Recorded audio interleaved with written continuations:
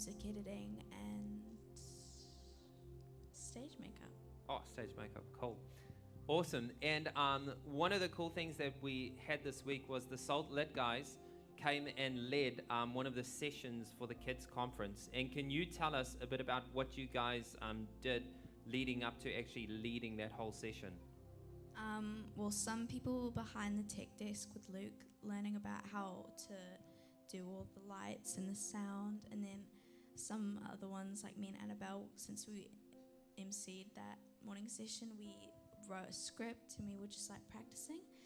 And Annabelle was also doing the lyra, she was practicing, and so was Sophie. Awesome. Do you have anything else, Annabelle? No. And yeah, they hosted the one session and it was incredible. Just you guys taking over. And tell me quickly, what would you, if you had to encourage anyone to go, why would you tell them to actually go to Salt Lit? Would you encourage them to go?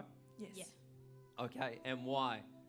Because all of the leaders here are so nice and welcoming, and even if you haven't been here before, they're just so, make you feel so comfortable and like really, you know, really easy to get along with. And everything, all the electives are so fun, and you get to meet so many new people, and it's a really nice experience. That is awesome, right? And I didn't pay you to say that, Chloe, right? No one did. Did Bree? No, did maybe? Oh, maybe. Okay, we'll have to check. But that's very true, eh? And how about you, Annabelle? Why would you encourage anyone to come to the Salt Lit? Because it's like really fun, and you meet a lot of new people, and like the leaders are really nice, and yeah. Basically Awesome. what Chloe said. Okay, awesome. Well, we love you guys. Thank you so much for coming and sharing a bit of the Thank week. you. And also, yeah, you guys, I know you often perform in different ways at Gracegate, and we're so grateful to have you as part of our family. So can we give a big hand for them? Thank you. Thank you so much, guys. And can we give a big hand for, again, all the leaders who's helped out for the Salt Lit program to make it happen. All right, today we're continuing our series, What You Do Best, and it's our privilege to have Jamie sharing the message today. So I'm going to welcome Jamie up and come and share the word. Jamie, thanks.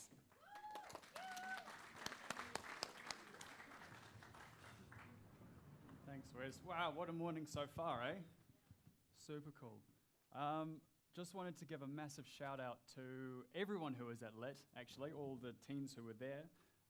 And one of the reasons I want to do that is because they helped out with the last day of Kids Conference and put on a little performance, which was really, really cool, using their gifts and talents to serve people, and so young as well, because they're only teenagers, which I think is amazing. So if we can give a massive round of applause for all the Lit teenagers, really cool. We've even got some guys down the back, which is awesome.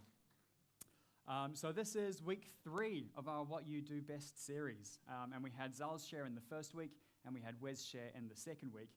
And we've been unpacking some really cool truths about who we are, who God says we are, and we're trying to remove some of the mental barriers and lies that we can often tell ourselves which get in the way of us operating at our best. And what we really want to do over this whole series is just share with you the fact that every single person, everyone here, all of you, have a really unique set of gifts. And those gifts have been given to you by God, and we encourage you to figure them out, find out what they are, identify them, learn about them, and then actually go out and use them, because that will help you to live a life that is more fulfilling. And today is a very exciting day because we're not only continuing with the super cool series, but we're actually going to hopefully learn something new about ourselves today, which is pretty cool. And we've got a lot of really cool practical things to talk about this morning. But before we dive in, I have an extremely important question to ask all of you. Are you ready? Yes? Okay, cool. Does anybody here enjoy BuzzFeed quizzes? Oh, that's a remarkable silence. Do you guys not know what BuzzFeed quizzes are? You're missing out, man. They're the coolest thing. Okay, let me tell you what BuzzFeed quizzes are. It's basically this little quiz that you can do online, and there are hundreds of them, if not thousands of them out there, and they help you discover something new about yourself that you didn't know before, okay? And they do this through a series of multi-choice questions. So you can choose from maybe 5 or 6 different options, and the result that you get helps you to learn something new about yourself, okay? They're really quite interesting, and they're super duper useful, okay? And they address some really, really big life questions. So I had a look around, and some of my top BuzzFeed quizzes are, you ready for this? Really, really important questions to answer. If I was a cheese, what type of cheese would I be? Pretty cool. Another one that I found that was pretty good was, can we guess what your relationship status is based on your grocery shopping habits? Pretty interesting. Another one was, if I was a dog, what dog breed would I be? Right? So these are really useful, honestly, life-changing questions. And I found the cheese one really quite interesting, and it gave me some extra information about myself with the answer that I was given. And I found out that if I was a type of cheese, I would be mozzarella. Yes. Come on, mozzarella fans, let's go. Love it. And I was actually quite flattered because I love pizza, okay? So really, really excited to be mozzarella. I thought it was really cool. And in the description, it talked about how I must be really chill, must be really flexible, really non-confrontational, because it's a really mild cheese and it's really stringy. And I was like, you know what? That's actually really nice. Like, thank you. I'm really glad to be mozzarella. And this is a really cool thing to know about myself. Anybody done a quiz like that before? No? Oh, go online and do them. They're so much fun. Anyway. How many of you have taken a personality quiz before? A little bit more serious, like you've figured out what your strengths are or where you sit in the world and what you're good at? A couple of you? Okay, no worries. It's really interesting, isn't it, how we love to find things out about ourselves. Silly things like what kind of cheese I'd be, but also like what your personality is and how you can fit and relate to the people around you. And one of the things that we're really encouraging you to do during this series is to take a couple of really helpful quizzes, or assessments really, to help you find out more about what makes you tick, and ultimately find out what you do best. And one of those assessments that helps you to figure out what your style is, okay? Because guess what? You've got style. How cool is that? And I'm not talking about your physical appearance, and I'm not talking about your fashion style, but I'm actually talking about this thing called your relational style. Interesting. I can see you're all thinking, cogs whirring. So, your relational style is the way that you prefer to relate with others and the world around you. And it's the behavior that comes the most naturally to you. And one of the really cool things about your relational style is everybody has a different relational style, okay? Your relational style is unique. And finding out what your relational style is super helpful to know, because when you operate within your relational style, you'll feel a lot more energized, and you can find a lot more joy in your day-to-day activities. And the opposite is also true. If you're operating consistently outside of your God-given relational style, then you'll feel a lot less energized because it's more draining. And you'll find that you'll be more bored and more stressed and less content and just generally more fatigued and more tired. So figuring out your relational style is actually a super helpful thing to do, and it can help you answer some really important questions. And some of those questions include, what is the most life-giving way for me to engage with other people? That'd be a pretty cool thing to know, hey? Next question is, what refuels me when I'm depleted? That'd be a pretty cool thing to know. It also helps you figure out how and where you can serve best. Okay, so really, really cool thing that we're looking at today. And whether you believe in God or not, knowing your relational style and how you relate best to the people around you will set you up for a more fulfilling life, because you can discover how to operate at your best and use your gifts more effectively. Does that sound cool? Yes. All right, sweet. Let's get into it. So throughout the series, we've been referencing this book called What You Do Best. And the author, Bruce Bugbee, explains in some awesome detail in his book about what these different relational styles are and what the whole concept is. And so there are two parts to your relational style, okay? Everyone's got a relational style, and they come in two sections, all right? The first part of your relational style looks at how you are energized, okay? As in literally what gives you the most energy. And there are two possible answers here. You'll probably find that you're more energized either by tasks or by people, okay? If you're task-oriented, then you'll feel fulfilled by getting things done, like accomplishing tasks and serving people, and you're more energized by doing what is helpful. On the other hand, if you're people-oriented, you'll feel really fulfilled when you spend time with people, so your friends, your family, or your co-workers, and you're more energized through having life-giving relationships. And there are a few key differences between the two. So if you're task-oriented, you like to do things that help people, you like to accomplish tasks, you love ticking things off your to-do list. But what drains you is an excess of relational activities or spending too much time with people in group settings. On the other hand, if you're people-focused, you get energized by having great interpersonal relationships and achieving tasks in groups, so working alongside other people, and having frequent interactions with lots of people, right? But what drains you is juggling too many tasks at once, or working in periods of prolonged isolation, so spending too much time working on a task by yourself. Now, for some of us, it might be blindingly obvious which camp you already sit in, just based on these two options, and you might already be able to guess what this first part of your relational style is. And for others of you, it might be a little more challenging. You might not think, oh, I'm obviously a task person, or oh, I'm obviously a people person. And that's actually okay, because it turns out that these are not mutually exclusive. In other words, it's entirely possible to have a little bit of both, right? And in fact, most people will have some combination of a little bit of task and a little bit of people orientation. You're very unlikely to be 100% task-focused or 100% people-focused. And this is because these two options exist at the opposite ends of a scale, or a continuum, or a line. And how you're energized is going to sit somewhere along this line between being people-oriented and being task-oriented, and you'll probably lean more towards one than you will the other.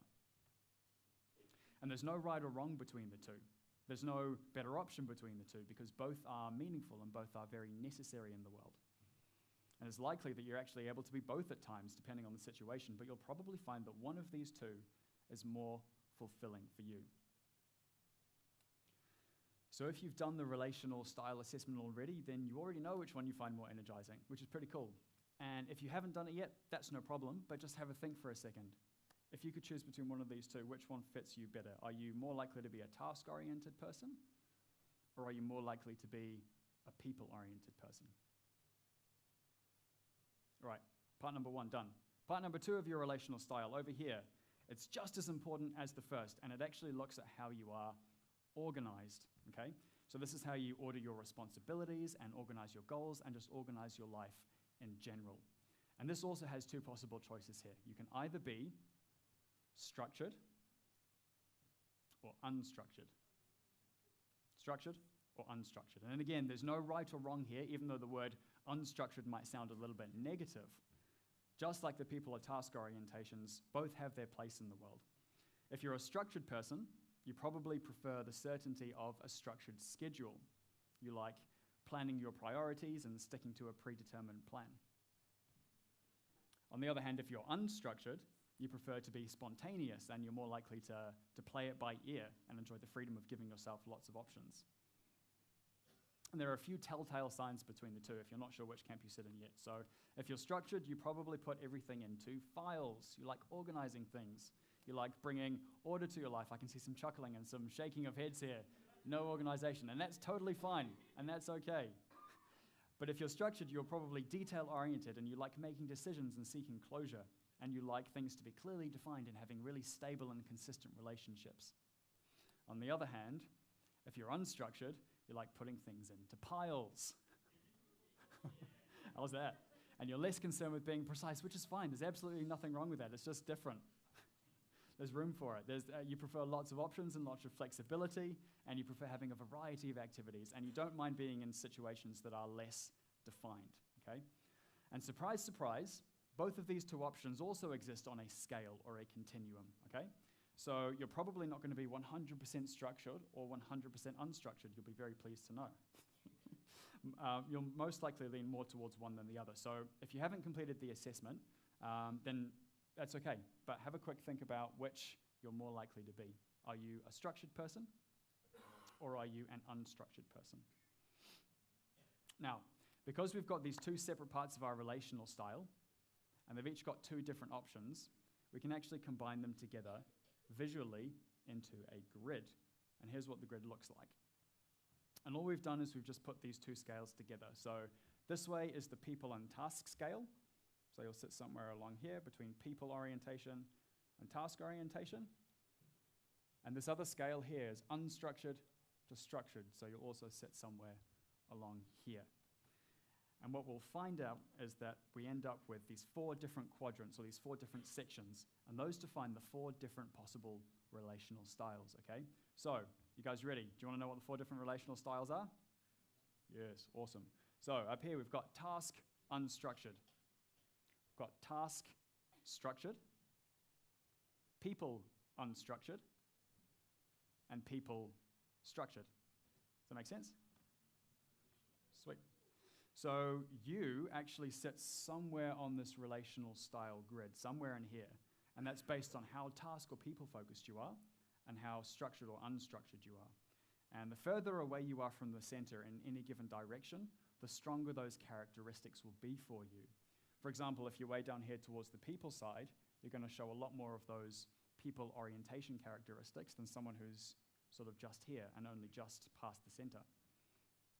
And for me, I actually sit right here. So I'm a little bit on the structured side, and I'm a little bit on the people side. So not too far from the center, all things considered, but that would mean that my relational style is people and structured. So have a think to yourself for a moment. If you could put yourself in one of these 4 boxes, if you haven't done the assessment already, which one would you be? Would you be task unstructured? Would you be task structured? Would you be people unstructured? Or would you be people structured? And each of these 4 relational styles has some really key characteristics that go along with it, which Bruce Bugbee also explains in a bit more detail in his book. So if you're a task-structured person, okay, so if you've identified that you're in this task-structured box, have a think about whether or not these things apply to you, okay? You tend to get the job done. Just crack on with it, right? You focus on results, and you like to follow directions and stick to the agenda. If you're a task-unstructured person, then you like having general guidelines rather than specific directions because you're still task-focused, but you're not quite as structured, and that's fine. It just means that you have an unconventional approach to things to get the same result, and you tend to be quite versatile. If you're a people-structured person, then you tend to relate well with other people, and you like your relationships to be very defined, and you like tradition and familiar surroundings. And if you're a people-unstructured person, then you tend to be highly conversational. And I know quite a lot of people, unstructured people, and let me tell you, they are very highly conversational, and it's awesome. But they also tend to be very, very flexible, and they also relate well with other people because they've got that people focus, and they enjoy surprises and spontaneous decisions. So can you see which one of these 4 quadrants you probably sit within? Again, if you haven't done the test already, just have a quick think about which one of these 4 boxes would define your specific relational style.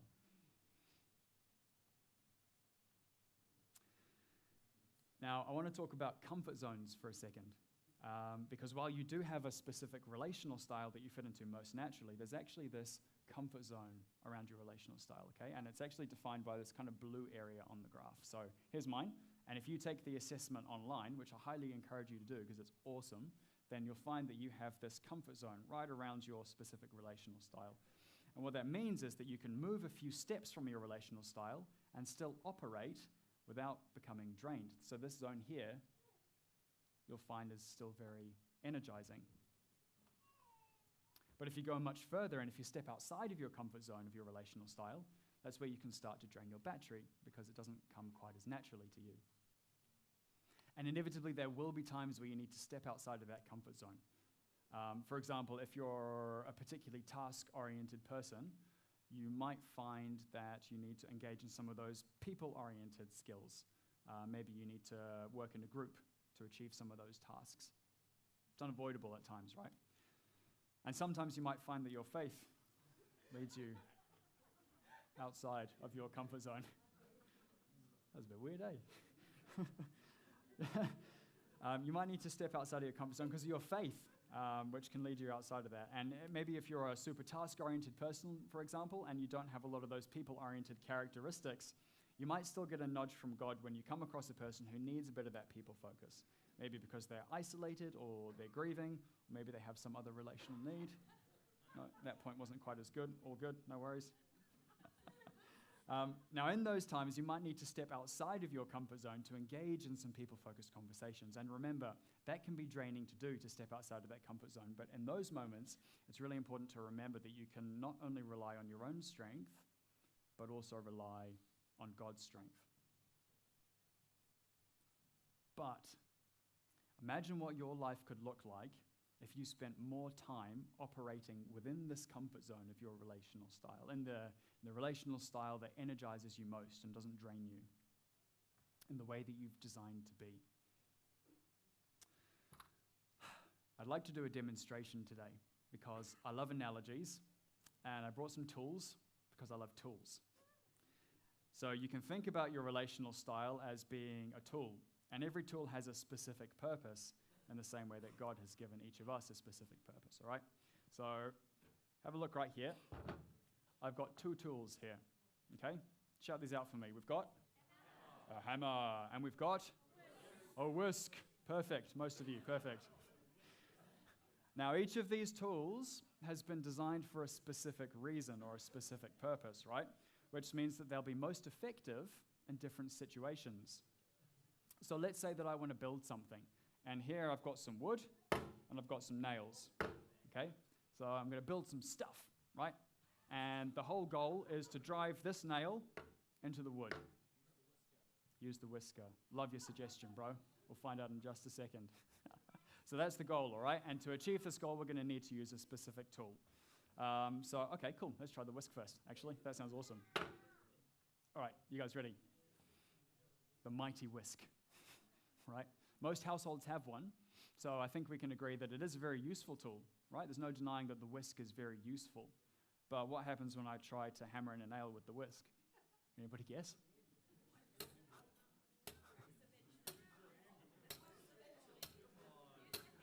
It's not super useful. That's a really good idea. We can probably make it work if we absolutely needed to. Maybe I'll flip it around and I'll use the handle, right? Is it going? No? Oh, okay. Oh, we're going to have to buy a new one then, sorry. So we might be making a little bit of progress here, which is cool, but it's actually not very effective, hey? And the reason it's not very effective is because we're trying to force this tool to do something that it wasn't designed to do, okay? It's going to take quite a long time. It's going to be really, really frustrating, and we might get there, but it's going to be a very draining thing to do, okay? So maybe we'll try a different tool. Maybe we'll try the hammer. Hey, how does that sound? Okay. This is also a tool that most households have, right? So in the same way that the whisk is undeniably useful, the hammer is also undeniably useful, okay? So both are useful tools. But what happens when we try to use the hammer? Someone said it works. I guess we'll find out, because I don't actually do a lot of like DIY stuff. So if you're a tradie, please hold your laughter. Let's find out. Thumb goes here, eh? Is that right? Watch the thumb. All right, let's go. So good. So that was easy. Hey, that was a lot more effective than the whisk was. And the reason that it was more effective than the whisk is because that is what the hammer was designed to do. It was designed to do this specific job. And there was no frustration or difficulty. In fact, it was incredibly satisfying, and it literally wants me to do it again. Like, I'm encouraged to do it again. And this is a lot like your relational style, okay? And we can learn 3 really important things from this analogy. And I want you to listen up and even write them down if you've got your phone or a pen handy, because these are 3 really important things that we can learn. The first take-home is you operate at your best within your specific relational style, okay? Now, the whisk wasn't particularly good at driving the nail into the wood because it was designed for a different purpose. The hammer, on the other hand, was excellent because it was designed to do that specific purpose. In the same way, your relational style is most effective in certain scenarios. For example, a people-oriented person will find that they're more effective and they're more energized when they're working alongside other people to achieve a task. Whereas a task-oriented person will find that they're more effective and more energized when they're checking things off that to-do list, getting things done. And this is because your relational style and everything else about you has been given to you by God. And He actually wants what is best for you by living your life in the way that He designed it to be. And we can see some description around this design in Psalm 139 in verse 13, where it says, "For you created my inmost being. You knit me together in my mother's womb. And in verse 14, it says, I praise you because I am fearfully and wonderfully made. Your works are wonderful. I know that full well. You see, God has designed us, each and every one of us, in a very specific way. And that includes our specific relational styles. And we're going to get the most out of life when we live our lives in the way that He's designed them to be. Because you are fearfully and wonderfully made. Your uniqueness is valuable. And you have been built this way for a reason. The second point that we can learn from this analogy, the second take home from today, is that all relational styles are meaningful and needed. Okay? Now, just because the hammer was more effective in this particular scenario doesn't mean that it's a better tool than the whisk. In fact, if I'm baking a cake, if I want to beat some eggs, probably not going to use a hammer to beat some eggs. I could, you're right, I could, but what's it going to be? It's going to be frustrating and messy and draining. I could probably use it if I needed to, but it's going to be a terrible experience. And this is exactly the same as our different relational styles. All four of those different relational styles are important, and the world actually needs people with all of those different relational styles. I mean, could you imagine if every single person in the world was people unstructured? Love you guys, but my gosh, stuff might not get done. Spend so much time talking. What if there was no one who is naturally inclined towards tasks, right? We all need to work together with all of our different relational styles. And the Bible actually speaks about this concept through the body of Christ in 1 Corinthians in chapter 12. And it describes how our bodies are made up of all these different parts, which are all unique, but all incredibly important in functioning together. And we can pick it up in verse 14, where it says, even so, the body is not made up of one part, but of many. And it continues later in verse 18, where it says, but in fact, God has placed the parts of the body, every one of them, just as He wanted them to be. And it continues on. If they were all one part, where would the body be? As it is, there are many parts, but one body. Okay, and then it finishes up slightly later on in verse 27, where it says, now you are the body of Christ, and each one of you is a part of it.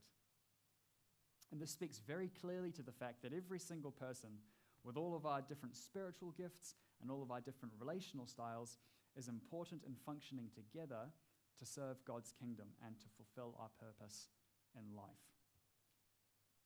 In the same way that all the parts of the body are important and have their place, so too do the different relational styles.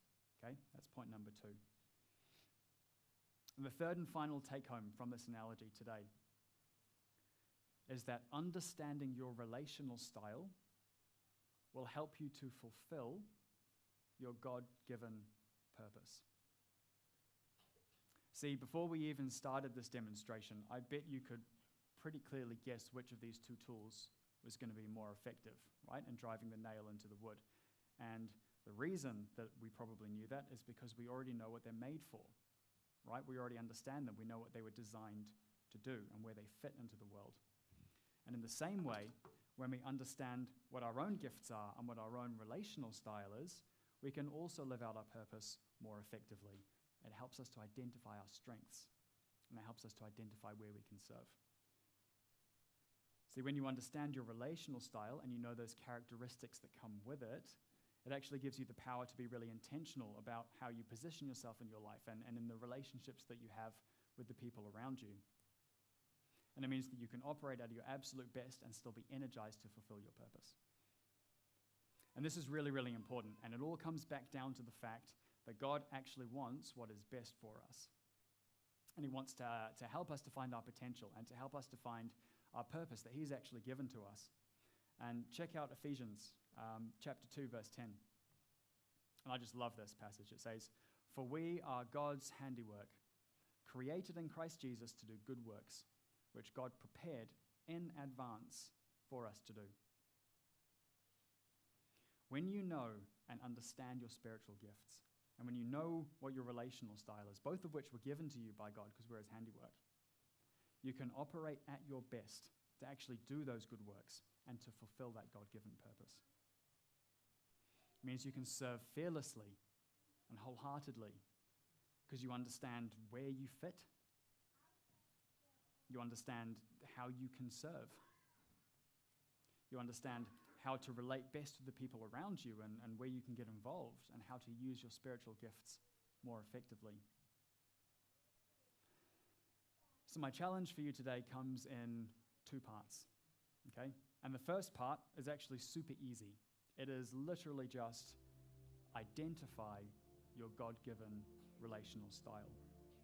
And some of you might have done this already, and that's awesome. You might have taken the assessment and you know what your relational style is, and that is super duper cool. But if you haven't, I really encourage you, please take that assessment and find out what your relational style is. And I know what you're thinking. Oh, exams, tests, assessments, how horrible.